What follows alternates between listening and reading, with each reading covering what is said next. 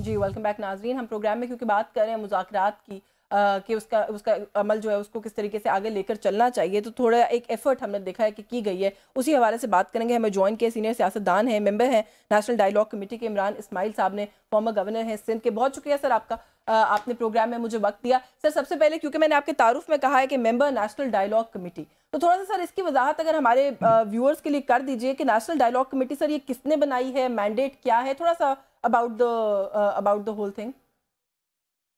शुक्रिया रश्मि। देखें, national dialogue committee जो है हम 3 लोगों ने शुरू की थी, जिसमें महमूद मौलवी, फवाद चौधरी और मैं शामिल हैं। हुँ, और हमारा मकसद था कि हम मुल्क में जो इस वक्त एक बड़ा गर्म फिजा है सियासी और टेम्परेचर्स हाई हैं, उनको नीचे लाएं, क्योंकि इसमें इन हाई टेम्परेचर्स में न सिर्फ पीटीआई का नुकसान हो रहा है, बल्कि इसमें मुल्क का भी नुकसान हो रहा है, इकोनॉमी का भी नुकसान हो रहा है, और बात आगे कहीं बढ़ नहीं रही। या तो ये होता ना कि पीटीआई जो इतने अरसे से कोशिश कर रही है कि कोई रेवोल्यूशन ले आए या पब्लिक मूवमेंट जनरेट करें, वो हुँ, कर लेते, वो भी नहीं कर पाए। सो हुँ।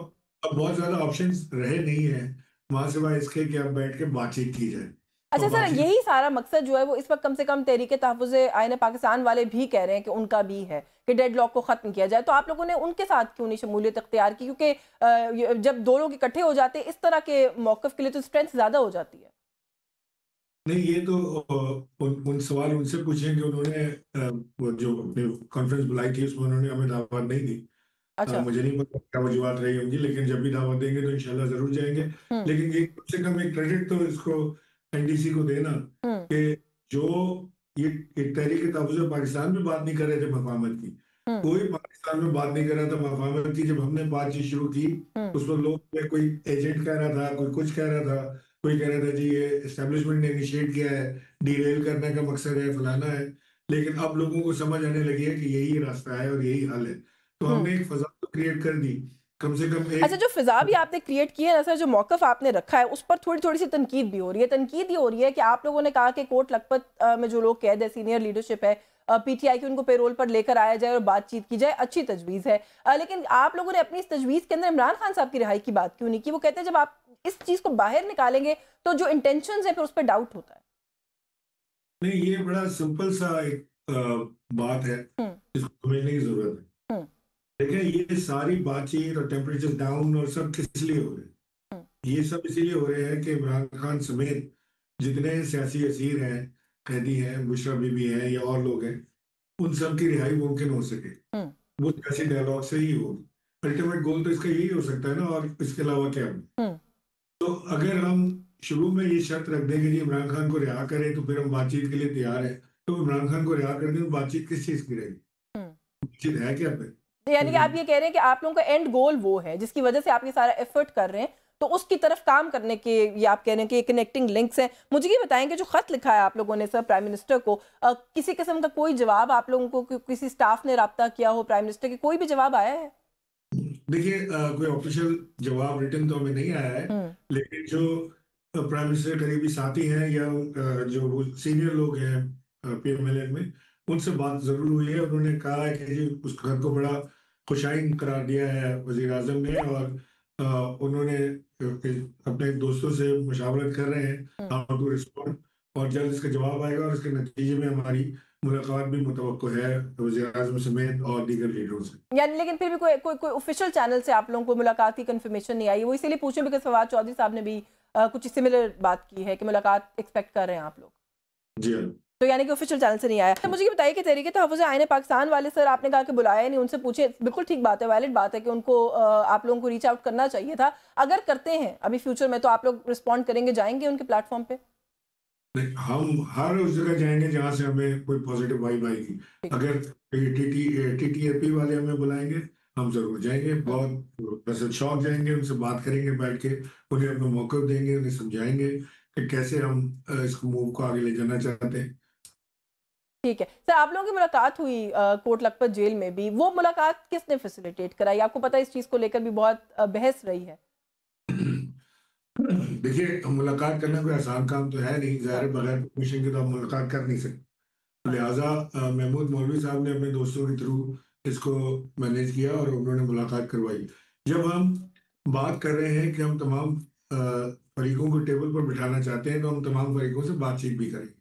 हम अपोजिशन से भी बात करेंगे, हम हुकूमत वक्त से भी बात करेंगे, हम इस्टेब्लिशमेंट से भी बात करेंगे, हम्म। और जो भी मुमकिन हो सकेगा हम सारों को कोशिश करेंगे कि एक कॉमन पॉइंट या चंद कॉमन पॉइंट के ऊपर, एजेंडे के ऊपर, मिनिमम एजेंडे के ऊपर बैठ जाए टेबल। बिल्कुल ठीक है सर, थोड़ा सा आपका एक एनालिसिस, क्योंकि आप ज़ाहिर है इस जमात का हिस्सा रहे हैं, बहुत लंबा अरसा हिस्सा रहे हैं, अंडरस्टैंड भी करते हैं बहुत सारी चीज़ों को। पीटीआई की क़यादत अभी तक, और गो के ये क़यादत वो वाली नहीं है जो आप लोगों के दौर में थी, बट स्टिल आपका एनालिसिस क्या है कि क्यों अभी तक कामयाब नहीं हो सके? कोई भी मेजर गोल जो है उसकी तरफ बढ़ती हुई भी नज़र नहीं आ रही पीटीआई इस वक्त, हल कराना तो दूर की बात है।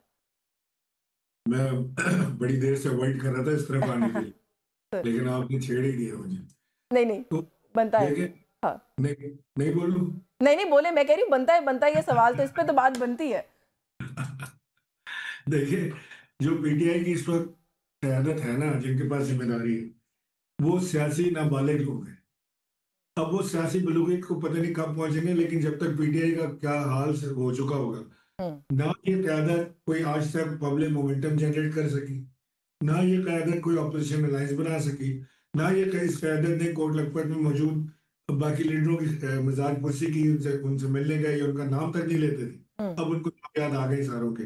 हम्म। ना इन्होंने एस्टेब्लिशमेंट से कोई मुज़ाकरात करने की कोशिश की। हम्म। सो ये कर क्या रहे हैं 3 साल से, मुझे बताएं। हम्म। ये अपने घरों में बैठे हुए हैं, बस इधर से फायर उधर से फायर, बाकी तो ये काम कुछ नहीं कर रहे। ये हम्म। जेल जाते हैं खान साहब से मिलने के लिए, वहां पे शिकायतों के अंबार, वो जी वो एनटीयू चला गया, वो वहां गद्दार भी हो नहीं गया। जाते वैसे सर, वो भी शिकायत आती है पीटीआई के लोगों की तरफ से कि वहां भी नहीं जाते। मुझे ये बताएं कि किसको सियासी नाबालिग कह रहे हैं आप? असद कैसर साहब को कह रहे हैं, शेख वकास अकरम को कह रहे हैं, बैरिस्टर गौहर को कह रहे हैं, सलमान अकरम राजा को कह रहे हैं? कौन सियासी नाबालिग है इनमें से? नहीं, मैं तो देखें, असद कैसर और दीगर लोग जो पीटीआई के शुरू के साथी हैं, जो सियासी लोग हैं, वो तो बड़े इस वक्त भी सियासी जहन के मालिक हैं, और वो समझते हैं चीज़ों को, पार्टी का मिजाज समझते हैं, पार्टी की वर्कर्स को जानते हैं, और पार्टी की लीडरशिप को जानते हैं, इमरान खान को समझते हैं। हम्म। बाकी लोग तो बेचारे, ये जब मुझे, मैं जब तस्वर करता हूँ ना कि ये इमरान खान से क्या बात करते होंगे जाके, हम्म। तो मुझे ऐसा ख्याल आता है कि ये जब बात करते हैं ना, तो ये हम्म। फ्रेंच बोलते हैं जो इमरान खान को नहीं आती,